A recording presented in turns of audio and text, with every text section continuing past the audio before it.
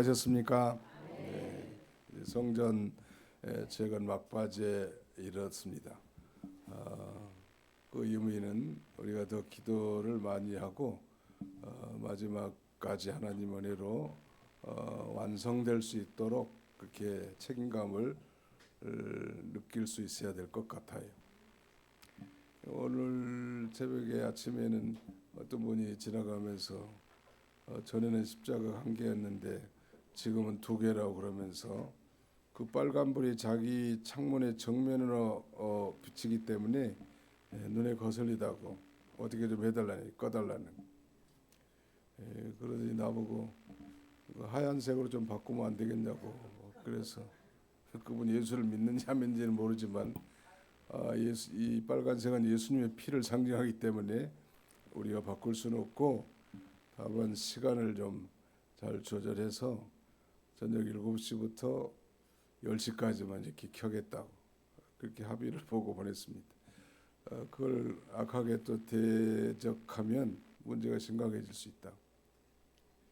오늘은 그 엘리베이터, 리프트카가 지금 늦게 도착해가지고 교통 대란이 일어난 거예요 지금. 이게 동네방네 덕을 끼치지 못할 일이기 때문에 솔선해서 잘 안내도 하고 이 주차 정리도 하고 그렇게 빨리빨리 해줘야 된다. 이 마지막에 이게 주민들의 마음이 상하면 구청에다가 민원이 들어가면 공사가 중단될 수밖에 없어요. 지금까지 하나님 은혜로 어려운 위기도 있었지만 잘 통과됐는데 앞으로 이제 딱 한 달입니다. 수요 예배도 앞으로 두세 번 여기서 드리면 본당으로 갈 것 같아요. 여러분들이 기도가 왜 필요한지 하나님이 주민들의 마음을 좋은 마음을 주시고 또 민원에 휩쓸려서 하나님의 영광이 가려지지 않도록 또 안전사고 나서 하나님의 크신 영광이 훼손되지 않도록 이렇게 기도를 책임감을 가지고 구체적이게 하나님 앞에 기도해야 합니다. 많은 분들이 기도하고 계시지만 더 철저하게 마지막까지 기도를 잘 해주셔야 주시면 일이 잘 되리라고 생각이 됩니다. 우리가 6월 첫 주가 6월 1일인데 그때부터는 본당에서 예배를 드리려고 합니다. 불과 보름밖에 안 남았잖아요. 그러니까 두어 번 정도 여기서 드리면 될 것 같고요. 앞으로 이제 계단에 이런 돌 같은 거 붙이면 한 3일 정도는 거기 움직이면 안 되거든요. 발로 디디면 안 될 시간이 옵니다. 그래서 그때는 철저하게 구경도 할 수 없고 지금은 괜찮아요. 지금은 살짝 가서 구경해도 괜찮고 하지만 그때 이제 마지막 돌 붙인 계단들을 디뎌놓으면 이건 잘 붙지 않기 때문에 한 3일은 붙어 있어야 된다고 합니다. 화산석으로 지금 계단을 이렇게 붙이려고 합니다.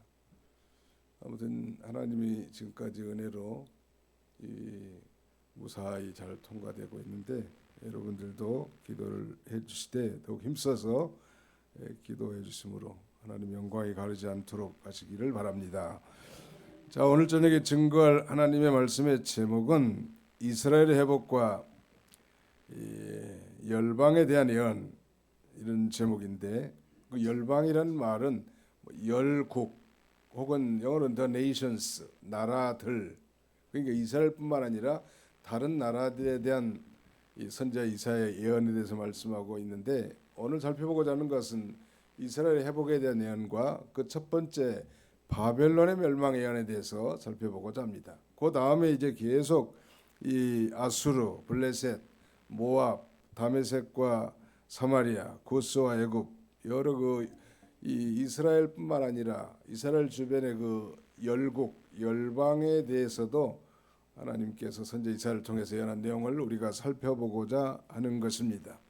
오늘 본문은 이 장차 죄로 말미암아 이제 하나님의 심판을 받고 다시 회복하고 회개하고 돌아올 그 이스라엘의 그 회복의 기쁨에 대해서 잠깐 언급하고 바로 그것은 곧 잠시의 영역에 취해 가지고 한껏 호기를 부려왔던 이 바벨론의 비참한 결국, 바벨론의 비참한 심판에 대해서 이 대조적으로 기록되어 있습니다.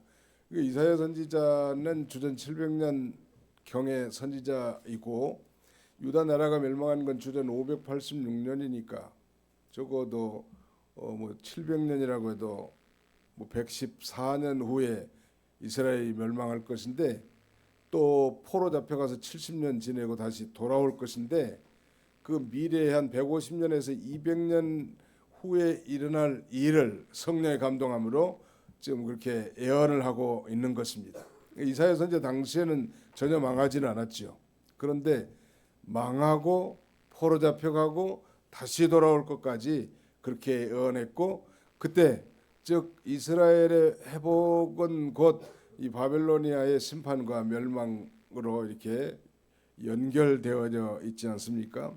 그래서 이제 제가 23절까지만 교독했는데 24절 이하부터는 이제 차례대로 아수르, 블레셋, 모압, 다메섹, 사마리아, 구스와 애굽 그 열방에 대한 예언을 계속 다루고 있습니다. 내용이 너무 방대하기 때문에 그러니까 뭐 이스라엘 회복과 바벨론에 대한 예언 이렇게 제목을 축소할 수 있겠습니다. 자, 이스라엘 회복에 대한 예언은 1절과 3절인데 1절부터 3절 여기는 같이 한번 읽어보겠습니다. 14장 1절부터 3절입니다. 시작. 여호와께서 야곱을 긍휼히 여기시며 이스라엘을 다시 택하여 그들의 땅에 두시리니 나그네 된 자가 야곱 족속과 연합하여 그들에게 예속될 것이며 민족들이 그들을 데리고 그들의 본토에 돌아오리니 이스라엘 족속이 여호와의 땅에서 그들을 얻어 노비로 삼겠고 전에 자기를 사로잡던 자들을 사로잡고 자기를 압제하던 자들을 주관하리라. 여호와께서 너를 슬픔과 곤고와 및 내가 수고하는 고역에서 놓으시고 안식을 주시는 날에 거기까지가 이제 이스라엘의 회복에 대한 메시지고 나머지 4절부터 23절까지는 바벨론의 멸망에 대한 이 예언에 대해서 말씀하고 있습니다. 이스라엘 하면 여기는 이제 벌써 이제 남유다를 가리킨다는 걸 짐작할 수 있겠죠.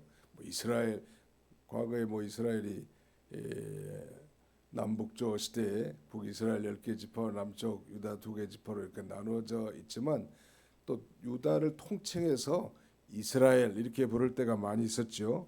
이스라엘 하나님의 징계를 받아서 이방 나라의 점령을 당해서 국권이 사라질 때가 있었는데 그러나 하나님께서 다시 이스라엘 택해서 그들의 땅에 두시겠다는 거예요. 감사하잖아요. 근데 놀라운 사실은 뭐 이스라엘 백성들이 잘하고 똑똑하고 위대해서가 아니고 거기 보시면 여호와께서 야곱을 어떻게 여기시며 그랬나요? 여호와께서 야곱을 긍휼히 여기시며 이 긍휼이란 단어는 우리 언약 백성들, 우리 성도들에게 있어서 대단히 감사할 단어예요. 왜냐하면 긍휼이라는 건 받을 자격이 없는 자에게 주어지는 하나님의 일방적인 사랑이에요. 내가 좀 뭐 선을 행하고 뭐 연보도 많이 하고 노력도 많이 하고 아니면 뭐 이 선행이라든지 공로를 많이 쌓아서 받은 게 아니고 받을 자격이 전혀 없는 자에게 주어지는 언약 백성을 향한 하나님의 사랑, loving kindness 혹은 mercy, 자비를 가리키는 것입니다. 긍휼이 풍성하신 하나님께서 그 큰 사랑을 저와 여러분들에게 베풀어 주셔서 우리가 여기 앉아서 당당하게 하나님의 보좌 앞에 예배하고 또 찬송하고 기도할 수 있는 것입니다. 믿으시기 바랍니다. 그러면 우리가 하나님 앞에 나갈 때는 모든 이 말하자면 견장이랄까요, 계급장을 다 떼놓고 오는 거예요. 과거에 내가 뭐 안기부장을 했다, 대기업에 뭐 이 중역을 했다, 그런 게 별로 중요하지 않아. 난 지금도 현재 회사 사장이다. 잘 나가는 뭐 아주 뭐 중소기업 회장이, 그런 게 중요하지 않아요. 교회는 그런 계급장을 다 띄고 나오는 거예요. 그래서 교회 갈 때는 항상 그 대중 목욕탕에 오는 마음으로 오라는 거예요. 탕에 들어가면 지가 뭐 과장인지 뭐 사장인지 회장인지 종업원인지 어떻게 알아요? 그렇잖아요. 항상 그런 마음으로 오는 거예요. 세상에서는 대단하다 할지라도. 그리고 우리가 하나님 앞에 나가는 것은 우리의 공로나 선행이나 의가 아니라 정말로 하나님의 긍휼과 자비요 하나님의 의를 힘입어서 나간다는 것, 그걸 언제나 기억해야 합니다. 주님, 오늘도 주님의 의를 힘입고 주의 긍휼과 자비를 힘입어 이 거룩한 주의 전에 왔나이다. 내 기도를 들어주시고 내 찬송을 받아주시며 우리 예배를 흠양하여 주시옵소서. 이게 우리 하나님 앞에 합당한 기도고 예배자의 올바른 자세를 알 수 있겠습니다. 아멘. 네, 항상 그런 마음이에요. 여기 바로 여호와께서 야곱을 긍휼히 여기시며 이스라엘 다시 택하여 그들의 땅에 두시리니, 이 이스라엘은 바로 하나님의 언약 백성들인데 언약 백성을 향한 하나님의 그 마음은 뭐 영원한 육이라는 거 없어요. 영원히 버리심이 없어. 우리가 일시적으로 죄를 지으면 징계를 받고 기도가 안 되고 어려운 일을 당하고 그런 일은 있을 수 있겠으나 하나님의 이 궁극적인 선택하시면은 후회하심이 없으시고 반드시 우리를 끝까지, 언제까지? 저 천당에 이르기까지. 이걸 우리는 이 신학적인 용어로 the perseverance of the saints라고 합니다. 성도의 견인이라고 말합니다. 성도의 견인. 여러분 혹시 길 가다가 사고난 자동차를 끌고 가는 견인차를 본 적 있나요? 네. 그러면 그 견인차는 그 사고차를 어디까지 끌고 가는 거예요? 1. 카센터. 어디예요? 카센터까지 끌고 가잖아요. 중간에 그만 팽개치지 않는다. 견인이란 말은 끌고 간다는 것인데 그런 면에 있어서 우리의 구원은 안전하다는 것. 따라서 합시다. 우리의 구원은 안전합니다. 내가 뭐 기도 많이 하고 뭐 열심히 봉사할 때만 안전하고 그렇지 못할 때는 불안전하고 그런 게 아니에요. 한번 창세전에 그리스도 안에서 선택받은 하나님의 자녀들은 저 영원한 하늘나라에 이르기까지 결코 손을 놓지 않으시고 반드시 그 견인차가 사고차를 끌고 가는 것처럼 우리를 끌고 가시는 거예요. 내가 싫어도 끌고 가고 내가 기쁨으로 따라가면 더 좋겠지만 반드시 끌고 가는, 그것이 바로 은혜 아니겠습니까? 뭐 새벽기도도 제대로 안 하고 뭐 연보생활도 제대로 안 하고 봉사도 제대로 안 하고 성경도 안 읽고 나 혹시 지옥 갈지 모르겠네, 그런 종교가 아니란 말이에요. 우리의 종교, 우리 기독교의 구원은 안전합니다. 이 소위 켈비니즘이라고 하고, 그러니까 이제 이 켈비니즘은 이 구원의 밧줄이 우리에게 내려와 가지고 우리를 똘똘똘 감아서 끌고 가는 거예요. 이게 우리 켈비니즘을 가리키고, 이 알미니아니즘, 소위 감리교나 뭐 루터교라든지 천주교나 이런 건 구원의 밧줄이 내려왔는데 내가 잡으면 천당 가고 놓으면 어떻게 되겠어? 떨어지겠죠. 그런 불안전한 게 아니라 우리의 구원은 안전하다. 그렇다고 그러면 안전하면 뭐 구원은 따는 당상이고 천국은 따는 당상이니까 아무렇게 살아도 되겠네요 라고 말할 수 있는데 그건 억설이에요. 그러므로 우리가 받은 구원이 너무나 크고 전적인 하나님의 은혜이기 때문에 더 자발적으로 더 우리 중생 안녕이 성령의 인도를 받아서 하나님 앞에 힘있게 나가는 것이지 그 게으른 신자의 변명거리로 주는 것이 아니라는 거. 아멘. 네, 누가 뭘 하지 않아도, 누가 보지 않아도, 사람들이 인정하지 않아도, 안 해줘도 하나님만 바라보면서 나가는 거예요. 우직하게. 여호와께서 야곱을 긍휼히 여기시며 이스라엘 다시 택하여 그들의 땅에 두시리니, 마치 다시 택했다는 것은 뭐 버렸다가 다시 택했다는 건 아니지만 그들이 범죄함으로 일시적으로 저 바벨론 포로로 보냈는데 거기서도 버리지 않으셨고 그 포로지에서도 일시적인 성소가 되었는데 다시 회복하여 고토 즉 예루살렘으로 돌아오게 할 것을 가리키는데 그것이 바로 여호와 하나님의 긍휼이란 말. 우리가 지금까지 건강하게 살고 믿음으로 살고 하나님을 섬기러 사는 것은 다 내가 잘해서가 아니고 하나님의 긍휼이신 줄을 믿으시기 바랍니다. 네, 이스라엘 백성이 바벨론에서 당하는 슬픔과 고난을 보시고 거기 3절에 보면 안식을 주셨다고 했습니다. 3절 다시 한번 읽어봅시다. 시작. 여호와께서 너를 슬픔과 곤고와 및 내가 수고하는 고역에서 놓으시고 안식을 주시는 날에.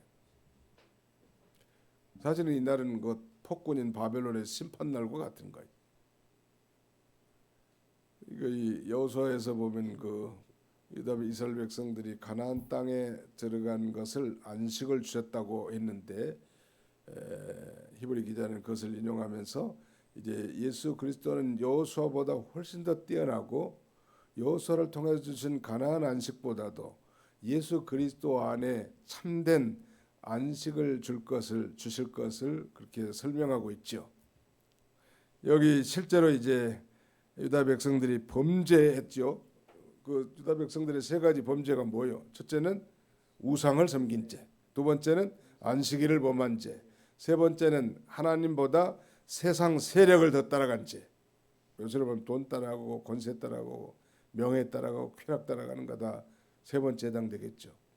이런 죄를 범하다가 바벨론에 포로 잡혀간 그의 삶은 슬픔과 곤고와 수고하는 고역인데 때가 되니까 하나님께서 그 바벨론을 심판하시고 그들을 이 안식의 땅인 이 유다 땅 예루살렘으로 돌아오게 할 것을 가리킵니다. 역사적으로. 그러나 이 말씀은 영적 해석을 한다면 이건 장차 아담의 후손으로 태어난 우리 모든 인생들이다. 그 죄값으로 말미암아 슬픔과 곤고함과 영원한 지옥 형벌에 처한 우리가 예수 그리스도를 믿음으로 말미암아 그 원수됐던 하나님과의 관계가 다 화목이 되고 그 다음에는 예수 그리스도 안에서 참된 쉼, 안식을 누리게 될 것을 예표하고 있는 것입니다. 그래서 예수님께서는 그 위대한 초청에서 수고하고 무거운 짐진 자들아 다 내게로 오라. 내가 너희를 쉬게 하리라. 나는 마음이 온유하고 겸손하니 내 멍에를 메고 내게 배우라. 그리하면 너희가 쉼을 얻으리라. 이 세상에서 얻을 수 없는 이 놀라운 안식과 쉼을 예수 그리스도 안에서 누리게 된 것입니다. 그 전에는 죄로 말미암아 하나님의 진노 가운데 있었고 슬픔과 고통과 영원한 멸망과 지옥의 삶을 살 수밖에 없는 그런 비참한 존재들이었는데 예수를 믿고 이 엄청난 은혜 가운데 우리가 들어가게 됐다는 사실을 우리가 기억해야 합니다. 정말 예수를 진실로 믿는 날은 우리에게 안식을 주신 날이. 그 예수를 믿고 교회를 나오기는 해도 그 은혜를 깨닫지 못한 사람들은 그것의 귀중함을 잘 모르지요. 그러나 정말 예수 안에서 나의 모든 죄가 다 예수 그리스도에게 다 떠넘겨지고 내가 지금 죄인이지만 의인이라고 하나님이 인정해 주신 사실과 인생의 참된 목적과 우리의 사후에 어떻게 될 결국을 깨닫는 순간 이 세상에서 누릴 수 없는 이 참된 안식을 우리가 누릴 수 있는 것입니다. 우리가 이미 다 살펴봤지만 이 죄의 문제와 죄의 결과로 말미암은 사망의 문제가 해결된 자에게 주어지는 안식, 평안, 이것은 믿는 자들에게밖에 없다는. 저는 그걸 깨달았을 때 너무너무 흥분이 되더라고. 흥분된다 좀 이상하지만 아무튼 감격에 아주 도가니에 쌓이게 됐습니다. 야, 대단한 걸 발견하는 거예요. 유다 백성들은 그들이 3대 죄, 우상을 숭배하고 안식일을 범하고 하나님보다 세상 세력을 더 의지한 것 때문에 저 바벨론의 포수로 잡혀가서 비참한 포로 생활, 눈물과 슬픔과 곤고함과 수고하는 고역 가운데 처해 있다가 뜬금없이 상상도 할 수 없는 70년 만에 하나님의 절대적인 주권과 능력으로 그 강대국 전혀 망할 기색이 보이지 않던 바벨론 대제국을 하나님 패망시키고 그들을 안식의 땅 예루살렘으로 인도하시는 거예요. 이스라엘 백성들이 이 메시지, 이 예언의 설교를 정말 믿고 듣고 믿었다면 마음이 참 기쁘고 얼마나 즐거웠겠냔 말이에요. 이스라엘에 대한 예언이 바로 그거예요. 그래 그 대조적으로 그날은 곧 바벨론의 심판인데, 우리가 기억할 수 있는 중요한 바벨론의 심판은 쭉 읽어보니까 한 두 가지로 요약할 수 있는데, 이 교만과 압제. 요새 중국이 앞으로 큰 지구촌의 골칫덩어리가 될 것 같습니다. 이건 우리 기독교를 지금 거의 박멸하려고 하는 수준으로 지금 치닫고 있고, 선교사들은 이제 들어가기도 힘들고, 그다음에 심지어는 성경을 공산주의식으로 번역을 해가지고 이제는 뿌리조차 다 없애려고 하는 그런 시도를 시진핑이 시도하고 있습니다. 물론 체제를 지키기 위해서 그렇게 하는 건 이해는 되지만, 이 공산주의는 우리 기독교와 정반대입니다. 유물론 사상이요. 인간은 영혼 이런 거 중요하게 생각하지 않고 다 물질로만 구성된 걸로 생각한다는 거예요. 그래서 노동자들이, 노동자 농민이 우세하는 세상이에요. 왜냐하면 노동력이 나오잖아요. 농민이나 노동자들한테는.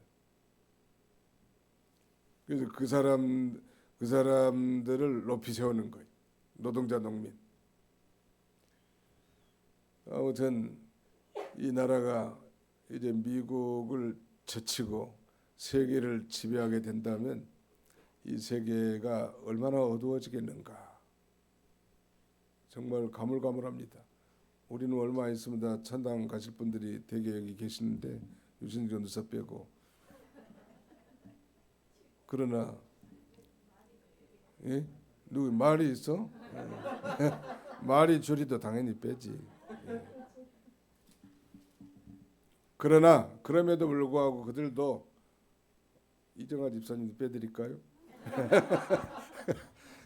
그럼에도 불구하고 믿음으로 살면 하나님이 함께 해주심으로 승리해 나갈 수 있다는 거, 요거가 중요하다. 그걸 들어야 돼.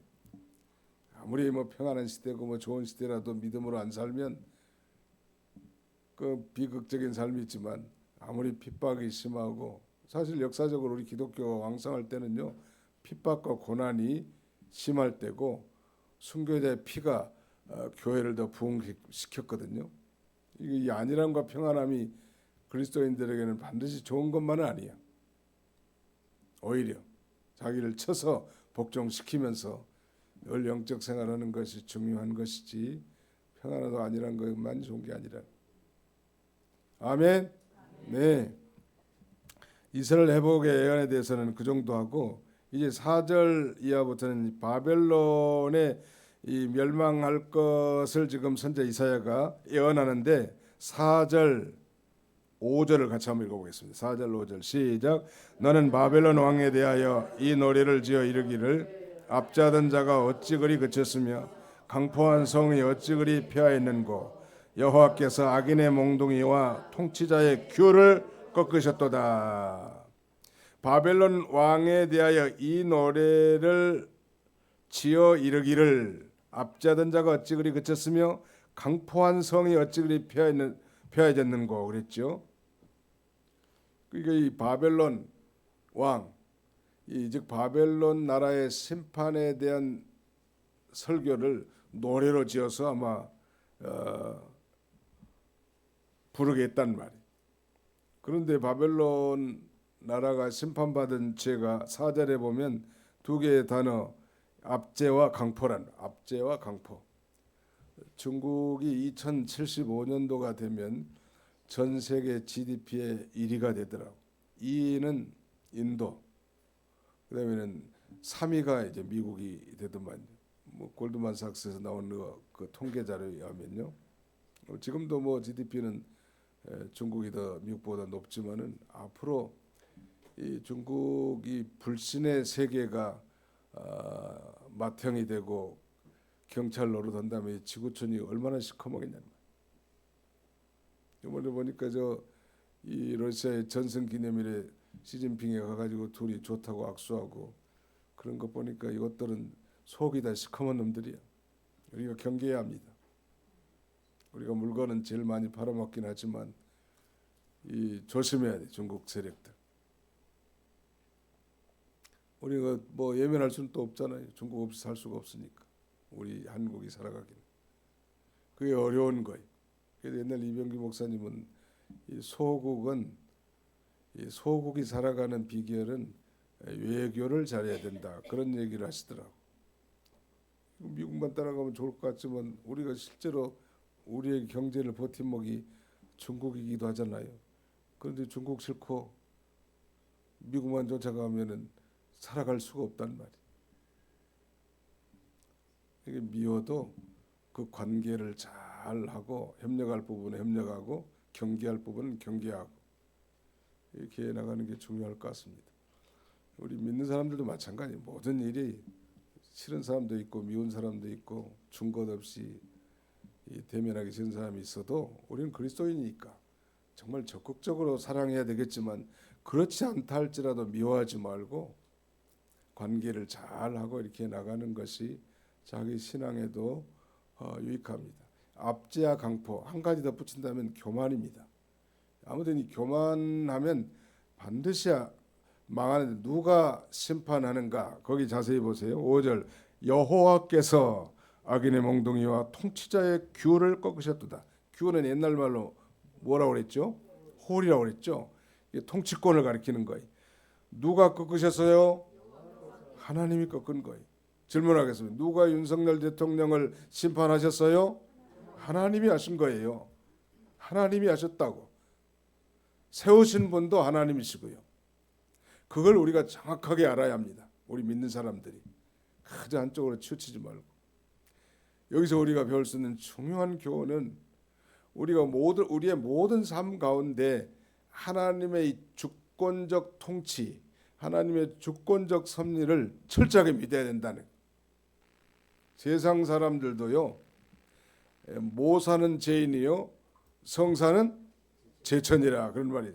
사람이 일을 꾸미긴 하지만 그 일이 성취되게 하실 분은 하늘이라는 거예요. 하늘에 있다는. 안 믿는 사람도 그러는데 예수 그리스도를 믿고 하나님을 아버지로 믿는 성도들이 말이에요. 하나님의 주권을 믿지 못하고 걱정하고 세상 풍조 따라가고 그러면 안 된다. 놀라운 사실이 여호와께서 악인의 몽둥이. 과거에 바벨론이 하나님의 심판의 몽둥이로 좀 쓰임을 받았습니다. 그 몽둥이 역할을 한 것이죠, 사실은. 그런데 우리 하나님이 그 몽둥이를 이제는 꺾어버리겠다는 거예요. 그 통치자의 통치권, 홀을, 규를 꺾어버리겠다. 하나님이 꺾어버리. 이걸 믿는 사람이라면 우리가 하나님 앞에 겸손할 수밖에 없는 거예요. 어떤 위치에 있든지 하나님이 살아계시고 하나님이 보시고 여호와는 죽이기도 하시고 살리기도 하시며 여호와는 음부에 내리기도 하시고 올리기도 하시는도다. 여호와는 낮추기도 하시고 높이기도 하시며 가난하게도 하시고 부하게도 하시는도다. 하나님의 절대 주권을 그 한나의 입술을 통해서 전파된 거예요. 그러니까 죽이기도 하시고 살리기도 하시고 생사 여탈권이 여호와 하나님께 있다는, 음부에 내리기도 하시고 올리기도 하시고 지옥의 강탈권이 여호와께 있다는, 그 다음에는 가난하게도 하시고 부하게도 하시고 빈부의 여탈권이 하나님께 있다는 것. 낮추기도 하시고 높이기도 하시는다. 존귀, 귀천의 이 주권도 여호와 하나님께 있다는. 그러니까 여호와 하나님 마음에만 똑바로 살면 하나님이 임의로 높이기도 하시고 임의로 부자가 되게도 하시고, 우리 조국이 이렇게 단군 이래 5,000년 동안 이렇게 부자로 번영된 나라로 산 적이 있다 없다? 없어요. 맨 중국에 종살이나고 전쟁이나 당하고 젊은 처녀들 다 공출 보내고 식민지로 당하고 그런 조국의, 우리 부끄러운 조국의 역사예요. 복음이 들어오기 전까지 말이에요.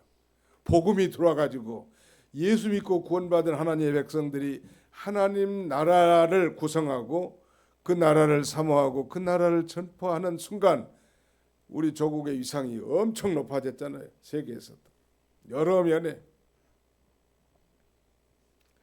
그 부자 놀라고 노력 안 해도 하나님 마음에만 쏙 들게 살면 하나님이 잘 살게 돼. 아니 누가 뭐 세상에서 노령연금 그다음에 뭐 국민연금 뭐 요새는 정말 가난한 사람은 구청에다 신고만 하면 긴급 지원 자금이 또 있대요.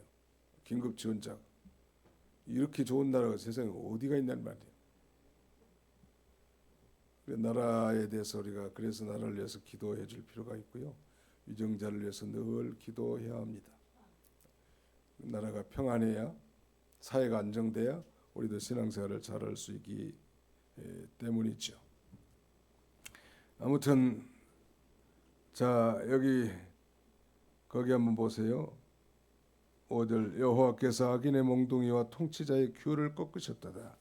그들이 분내어 여러 민족을 지대에 치기를 맞이 아니하였고 노하여 열방을 억압하여도 그 억압을 막을 자가 없었다니 이제는 온 땅이 조용하고 평온하니 무리가 소리 높여 노래하는도다. 이 바벨론 멸망의 노래를 온 무리가 소리 높여 노래한다네. 과거에는 이 바벨론이 분내해 가지고 여러 민족을 쳤고 노하여 열방을 억압해도 그 바벨론의 행포를 막을 자가 없었단. 계속 반복하지만 중국이 만약에 이런 세력이 된다면 어떻게 되겠는가 한번 보시죠. 나쁜 놈들이 서해안에도 이 해양 시설물들을 구축해놨다는 거 아니에요. 아주 나쁜 놈들이요. 남중국에는 그 필리핀 뭐 말레이시아 그 넓은 바다를 거의 80% 이상이 자기 땅에 자기 바다라고 다 점령해놓고 인공섬을 건설하고 지구촌에 참 나쁜 나라예요. 중국은. 그것만 알면 돼요. 그렇다고 외면할 수도 없어. 우리는 소국으로서 그 외교 관계를 잘 하란 말이에요. 친미 친일이라 할지라도 이 친중은 아니라 할지라도 반중 정도는 하고 나가야지. 무슨 중국 놈은 떼국 놈 하면서 이렇게 나가면 그 지혜롭지 못한 거. 걱정이 됩니다. 그러니까 왜 그렇게 GDP가 그렇게 쏠렸을까 가만히 생각해 보니까 인구가 많은 나라가 다 부자가 되더라고. 그러니까 이제 2075년면 우리가 죽어도 한참 썩어 시체가 돼가지고 흙덩어리 될 건데 그때쯤 됐을 때 나라가 지금의 인도네시아, 지금의 파키스탄, 지금의 브라질 이런 나라들이 전부 다 10위권 안으로 다 들어와요. 공통적인 것은 인구가 많은 나라예요. 자녀를 많이 생산한 나라들이 부강한 나라가 되더라는 거예요. 우리는 앞길이 암흑하죠, 암울하죠, 암울하다. 아이고 그냥 살다가 빨리 천당 가면 그만이지 뭐까지 뭐 암울하든지 명랑하든지 뭘 상관이겠습니까? 그게 아니죠. 우리의 책임이 있어요. 우리가 기도하고 말씀대로 살고 우리 가정이 성가정 하나님이 기뻐하는 그런 가정으로 이렇게 세워 나가야 합니다. 12절 13절 한번 읽어봅시다. 12절로 13절 14절까지 시작. 너 아침의 아들 계명성이여 어찌 그리 하늘에서 떨어졌으며 너 열국을 엎은 자여 어찌 그리 땅에 찍혔는고 내가 내 마음에 이르기를 내가 하늘에 올라 하나님의 뭇별 위에 내 자리를 높이리라. 내가 북극 지폐 산 위에 앉으리라. 가장 높은 구름에 올라가 지극히 높은 이와 같아지리라 하는도다. 너 아침의 아들 계명성이여. 이 계명성은 새벽별이라고 각주에 이렇게 쓰여 있지만 여기서 이 계명성은 바로 이 바벨론 나라를 가리킵니다. 그런데 이 바벨론 나라가 어찌 그리 하늘에서 떨어졌으며 너 열국을 엎은 이 바벨론 이 나라가 어찌 그리 땅에 찍혔는가, 왜 망했는가 이 말이에요. 13절 내가 내 마음에 이르기를 내가 하늘에 올라 하나님의 뭇별 위에 내 자리를 높이리라. 내가 북극 지폐의 산 위에 앉으리라. 가장 높은 구름에 올라가 지극히 높은 이와 같아지리라 하는도다. 지극히 높은 이는 누구를 가리키겠습니까? 그러니까 바벨론이 하나님과 같이 아주 교만이 하늘을 찔렀다 그런 말이에요. 망하겠어요? 안 망하겠어요? 개인도 이렇게 교만은 망합니다. 우리 주변에 다 보잖아요. 개인도 교만하면 망합니다. 이 교만은 우리 자문의 패망의 선봉이라고. 선봉이라는 맨 앞잡이라. 교만하면 망하는 거예요. 항상 겸손해야 합니다. 일이 잘 되거나 성공하거나 부자가 되거나 높아지거나 항상 겸손해야 합니다. 해야 한다는 게 좀 우습지만 예수님이 겸손하신데 우리가 교만하다면 이건 너무 어울리지 않아요. 나는 마음이 온유하고 겸손하니 내 멍에를 메고 내게 배우라. 예수님이 겸손하신 분이. 겸손이 뭐예요? 겸손이지 뭡니까? 겸손이 뭐예요? 정의하기가 참 어렵지만 뭐 한 가지 쉽게 예를 든다면 다른 사람을 나보다 낮게 여기는 마음, 겸손. 왜 우리가 겸손해야 되는가에 대해서 유명한 앤드류 머레이 박사는 창조주 하나님 앞에 우리는 피조물이니까 벌레와 같은 존재니까 겸손해야 된다는 이해가 되죠? 창조주 하나님 지금 그런데 이 바벨론의 뭐 느부갓네살뿐만 아니라 벨사살 왕 때도 마찬가지지만 이 바벨론은 하나님과 같이 자기가 높아지려니 나는 그 중국도 저렇게 나가다가 반드시 하나님이 멸망시킬 겁니다. 미래 학자에 의하면 중국도 구소련처럼 분해될 것이라고 예언한 사람도 있는데 제발 그렇게 되면 좋겠죠.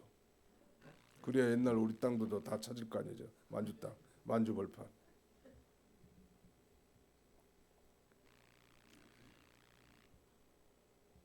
그 성경을 중시하고 하나님을 섬긴 나라. 그래도 아직은 뭐 미국이 타락은 하긴 했지만 미국에는 모든 돈에 In God We Trust라는 이 명구가 이 기절이 다 쓰여 있습니다. In God We Trust. 우리는 하나님을 믿습니다. 모든 돈에.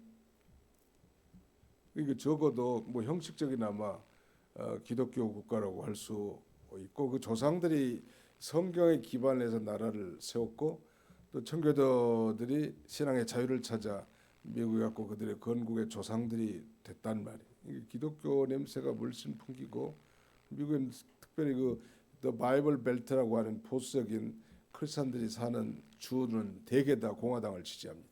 크리스천들이. 왜? 성경적 가치를 중시하기 때문에.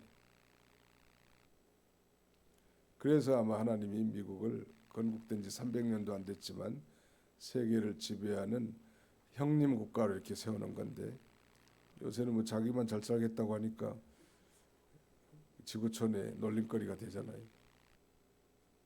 형님은 형님 역할을 해야지 자기만 잘 살겠다고 돌아가면 그거 뭐 다 비난해. 전 세계 나라들이 다 비방해.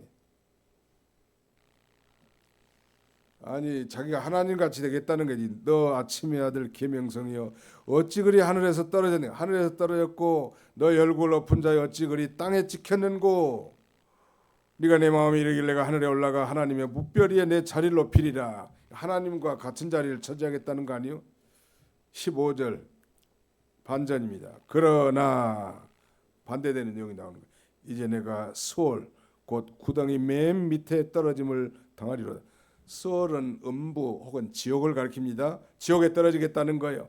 16절 너를 보는 이가 주목하여 너를 자세히 살펴보며 말하기를 이 사람이 땅을 진동시키며 열국을 놀라게 하며 세계를 황무하게 하며 성읍을 파괴하며 그에게 사로잡힌 자들을 집으로 돌아 놓아 보내지 아니하던 자가 아니냐 하리로다. 열방의 모든 왕들은 모두 각각 자기 집에서 영광 중에 자금많은 오직 너는 자기 무덤에서 내쫓겼으니 가증한 나무가지 같고 칼에 찔려 돌구덩이에 떨어진 죽음들로 쌓였으니 밟힌 시체와 같도다. 내가 내 땅을 망하게 하였고 내 백성을 죽였으므로 그들과 함께 안장되지 못하니 악을 행하는 자들의 후손은 영원히 이름이 불려지지 아니하리로다. 완전히 멸망당해 지옥으로 떨어지겠다. 아주 하늘의 높은 자리에서 지옥으로 다 떨어뜨리게 했다는 것. 21절로 22절까지 이제 여호와 하나님께서 바벨론을 멸망하시겠다는 걸 말씀하는데 22절 23절을 같이 한번 읽겠습니다. 시작. 만군의 여호와께서 말씀하시되 내가 일어나 그들을 쳐서 이름과 남은 자와 아들과 후손을 바벨론에서 끊으리라. 나 여호와의 말이니라. 내가 또 그것이 고슴도치의 고렬과 물웅덩이가 되게 하고 또 멸망의 빗자루로 청소하리라. 나 만군의 여호와의 말이니라 하시니라. 누가 이렇게 바벨론을 멸망시키겠다는 거예요? 거기 인칭 대명사로 두 번이나 써졌는데 만군의 여호와께서 말씀하시되 내가 23절 내가 또 그것이 고슴도치 고렬과 물웅덩이가 되게 하고 멸망의 빗자루로 청소하리라. 나 만군의 여호와의 말이야. 내가 하는 건 바로 만군의 여호와를 가리키죠. 하나님이 그렇게 멸망시키고 심판하시겠다는 것입니다. 하나님께서 하나님의 그 경영하심은 반드시 성취됩니다. 26절 27절을 같이 읽습니다. 26절 27절 여기는 아수르 심판에 대한 얘기지만 연관이 됩니다. 26절 27 시작. 이것이 온 세계를 향하여 정한 경영이며 이것이 열방을 향하여 편 손이라 하셨나니 만군의 여호와께서 경영하셨은즉 누가 능히 그것을 패하며 그의 손을 펴셨은즉 누가 능히 그것을 돌이키랴. 온 세계를 향한 여호와 하나님의 경영은 반드시 그대로 성취될 것을 가리킵니다. 이게 지금 이 예언은 당시에 실현되지 않은 미래에 있어질 일이지만 여호와 하나님의 경영이 반드시 이루어질 것이고 반복하지만 이 중국도 강대국과 세계를 지배하는 나라로 부상하고 있지만 언젠가는 그 교만함을 하나님이 다 물리치시고 반드시 심판해야 될 것을 우리가 짐작할 수 있겠고요. 개인적으로도 마찬가지. 개인적으로도 교만하고 아나무인으로 나가면 망할 날이 다 정해진 거예요. 다만 시기를 우리가 알 수 없을 뿐이지. 그런 면에서 우리가 본문을 통해서 배울 수 있는 교훈은 우리가 하나님의 주권적 섭리를 철저하게 믿고 항상 겸손한 삶을 살고 온유한 삶을 삶으로 늘 하나님의 권고하심이 넘치는 그런 저와 여러분들 다 되시기를 주님의 이름으로 축원합니다. 기도합시다. 살아계신 하나님 감사합니다. 오늘 이스라엘의 회복과 바벨론의 이 심판의 안, 멸망의 안에 대해서 우리가 살펴보았습니다. 비록 자기 백성들이 범죄함으로 저 바벨로니아에 포로 잡혀가서 비참함과 슬픔과 곤고함과 고역으로 고통을 당했지만 하나님의 권고하시는 날 반드시 자기 백성들을 회복시킬 것이라는 이 회복의 예언을 믿고 오늘 우리가 예수 그리스도 안에서 택함받은 예수 그리스도의 피로 씻음받은 죄 씻음받은 하나님의 언약 백성인 줄 알고 어떤 경우에든지 하나님이 나의 아버지시고 결코 우리를 영원히 버리실 바 아는 줄 알고 그 하나님을 의지하며 믿음으로 살아가는 우리 모두가 다 되게 주옵소서. 세계를 호령하고 지배하고 압제와 강포와 교만함으로 일삼던 저 바벨론을 하나님 반드시 저 천당에서 지옥으로 아버지 심판하실 것이라는 말씀을 우리가 통해서 우리가 교만하지 말고 약한 죄악 세상에서 나와서 따로 거하며 거룩한 삶을 살고 아버지 하나님을 기쁘시게 하는 우리의 일생이 되도록 우리 하나님이 축복해 주시옵소서. 예수님의 이름으로 기도하옵나이다. 아멘.